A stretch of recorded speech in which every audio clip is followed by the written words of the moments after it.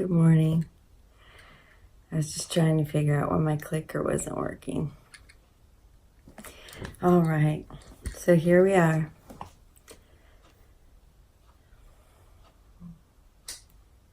I will read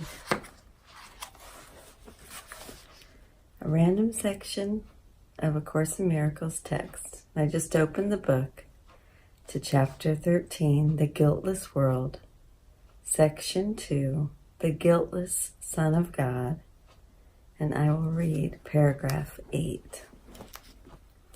The atonement has always been interpreted as the release from guilt, and this is correct if it is understood. Yet even when I interpret it for you, you may reject it and do not accept it for yourself. You have perhaps recognized the futility of the ego and its offerings. But though you do not want them, you may not yet look upon the alternative with gladness. In the extreme, you are afraid of redemption, and you believe it will kill you. Make no mistake about the depth of this fear, for you believe that, in the presence of truth, you might turn on yourself and destroy yourself.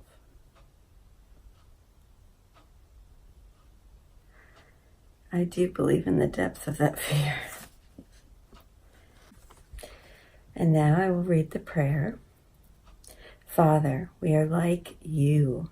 No cruelty abides in us, for there is none in you. Your peace is ours, and we bless the world with what we have received from you alone. We choose again and make our choice for all our brothers, knowing they are one with us. We bring them your salvation as we have received it now, and we give thanks for them who render us complete. In them we see your glory, and in them we find our peace. Holy are we because your holiness has set us free, and we give thanks. Amen. Yes, all right, we are starting the first review in the workbook of A Course in Miracles. All right, and I will read the introduction now. Review 1, Introduction. Beginning with today, we will have a series of review periods. Each of them will cover five of the ideas already presented, starting with the first and ending with the 50th. There will be a few short comments after each of the ideas, which you should consider in your review. In the practice periods, the exercises should be done as follows. We will begin the day by reading the 5 ideas with the comments included. Thereafter, it is not necessary to follow any particular order in considering them, though each one should be practiced at least once. Devote 2 or more minutes to each practice period, thinking about the idea and the related comments after reading them over. Do this as often as possible during the day. If any one of the 5 ideas appeals to you more than the others, concentrate on that one. At the end of the day, however, be sure to review them all once more. It is not necessary to cover the comments that follow each idea, either literally or thoroughly in the practice periods. Try rather to emphasize the central point and think about it as part of your review of the idea to which it relates. After you have read the idea and the related comments, the exercises should be done with your eyes closed when you are alone in a quiet place, if possible. It is emphasized for practice periods at your stage of learning. It will be necessary, however, that you learn to require no special settings in which to apply what you have learned. You will need your learning in most situations that appear to be upsetting. rather than in those that already seem to be calm and quiet. The purpose of your learning is to enable you to bring the quiet with you and to heal distress and turmoil. This is not done by avoiding them and seeking a haven of isolation for yourself.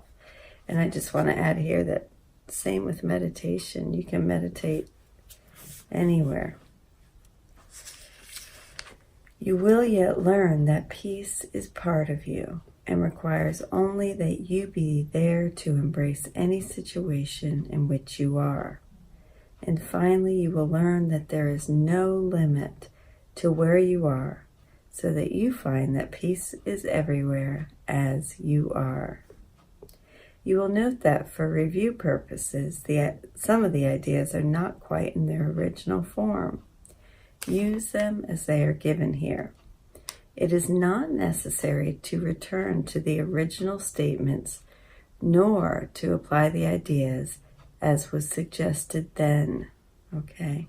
We are now emphasizing the relationship among the first 50 of the ideas we have covered and the cohesiveness of the thought system to which they are leading you. Okay, so you begin the day by reading the 5 ideas with the comments. There's no particular order in following them after. Devote 2 or more minutes to each practice period. Do this as often as possible throughout the day. And if any one of the ideas appeals to you more, concentrate on that one. At the end of the day, be sure to review all 5 again. Okay, so let's start with lesson 51. Nothing I see means anything. The reason this is so is that I see nothing, and nothing has no meaning. It is necessary that I recognize this, that I may learn to see. What I think I see now is taking the place of vision. I must let it go by realizing that it has no meaning, so that vision may take its place. And vision is not with the eyes. Nothing I see means anything. 2, I have given what I see all the meaning that it has for me. I have judged everything that I look upon, and it is this and only this I see. This is not vision. It is merely an illusion of reality, because my judgments have been made quite apart from reality. I am willing to recognize the lack of validity in my judgments because I want to see. My judgments have hurt me, and I do not want to see according to them. 3, I do not understand anything I see. How could I understand what I see when I have judged it amiss? What I see is the projection of my own errors of thought. I do not understand what I see because it is not understandable. There is no sense in trying to understand it, but there is every reason to let it go and make room for what can be seen and understood and loved. I can exchange what I see now for this merely by being willing to do so. Is not this a better choice than the one I made before? These thoughts do not mean anything. The thoughts of which I am aware do not mean anything because I am trying to think without God. What I call my thoughts are not my real thoughts. My real thoughts are thoughts I think with God. I am not aware of them because I have made my thoughts to take their place. I am willing to recognize that my thoughts do not mean anything and to let them go. I choose to have them be replaced by what they were intended to replace. My thoughts are meaningless but all creation lies in the thoughts I think with God. And 5, I am never upset for the reason I think. I am never upset for the reason I think because I am constantly trying to justify my thoughts. I am constantly trying to make them true. I make all things my enemies so that my anger is justified and my attacks are warranted. That's a pretty strong statement. I have not realized how much I have misused everything I see by assigning this role to it.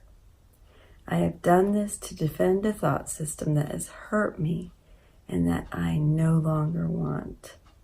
I am willing to let it go.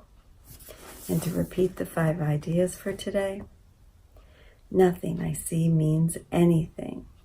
I have given what I see all the meaning it has for me. I do not understand anything I see. These thoughts do not mean anything. And lastly, I am never upset for the reason I think. All right, so let's go into meditation. And what we're going to do is for about 12 minutes, go into a silent meditation, use a mantra, breathing techniques, whatever works for you. And then after 12 minutes, 13 minutes approximately, because I won't be using a timer again, we'll come up and then we'll spend 2 minutes in gratitude. Thank you so much. Let's go into our meditation.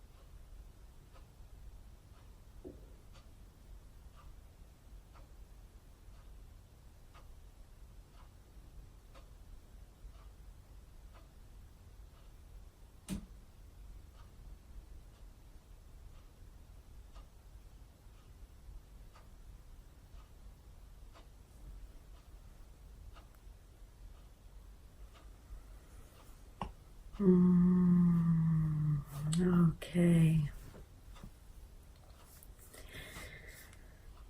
Now let's go into some thoughts of gratitude for 2 minutes, 2 or 3 minutes here.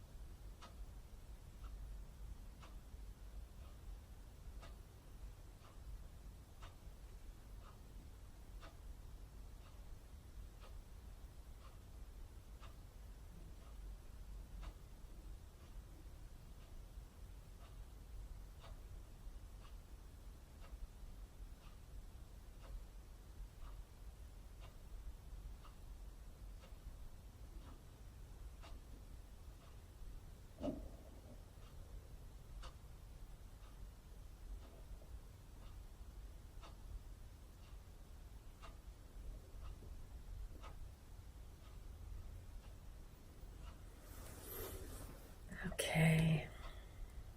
I brought us out a little bit early, only because I was checking my time, and so it was not much earlier, but sometimes I'll bring us out later too. So the review for today is nothing I see means anything. I have given what I see all the meaning it has for me.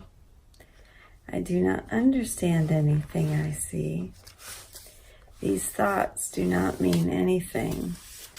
And that was part of my mantra in my meditation today. And I am never upset for the reason I think. So, in meditation, for me, it's not about doing it perfectly.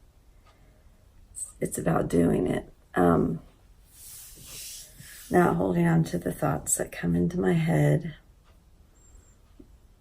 but not really pushing them away either, just returning to the mantra in my head, which I use aham, which means I am. That's my meditation mantra, and I don't really have to tell you, but it may be helpful to you if you'd like to use it. Aham, A-H-A-M, aham. And it's means I am, and that's what I use every time I meditate. And if thoughts come in, which not if, gosh, are you kidding me? Especially today, I have a lot of thoughts because I have a lot going on at work. So how about when these thoughts come in, I just try to return back to my mantra. And I was thinking a lot about my other mantra that came into my head was, these thoughts do not mean anything. So I play around with anything that comes in my head, and it's about just kind of playing around with it, not beating yourself up for it. But I've been meditating for years off and on, and I've really enjoyed meditating like this. This form, which is the silent meditation for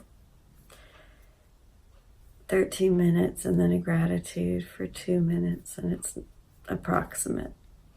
So, all right, no timer. That's hard for me because it makes me a little more on edge when I'm meditating. Perhaps more aware, but anyhow, I love you. I'm going to be like Mr. Rogers and put on my shoes, but you can't see. But I'll chat while I'm doing that, if that's okay. You can, of course, turn this off. But I also enjoy using the A Course in Miracles reminder on my phone. Actually, I have coffee here I'm going to enjoy. And I set that up during the day. And the lesson pops up. Reminders pop up for the lesson. Which today I imagine it will be all 5. The first 5 lessons of A Course in Miracles. So, the 5 thoughts for today. Which, doesn't matter how many times I do this, are so needed by me. You know, they're so helpful in reminding me of my truth. I can so easily beat myself up because in the chaos of work, I can get very separated from all of this. And I'm like, gosh, how long do I have to be doing this to not... I think I'm improving, but it's definitely a journey. And in each moment, the destination is here, you know, any moment I choose. So I love you. Have a beautiful day. I'm doing the afternoon meditations. I'm not recording them. I may, whatever I'm inspired to do, I might, but I hope you'll do them with me. I do them around at my lunch time or at 4 o'clock. So you should always do your afternoon meditation because sometimes it sparks things and gives you energy. It's more restful than a nap, so you shouldn't do them before bed. Anyhow, let's start this day. I love you. Have a beautiful day. Thank you for joining with me.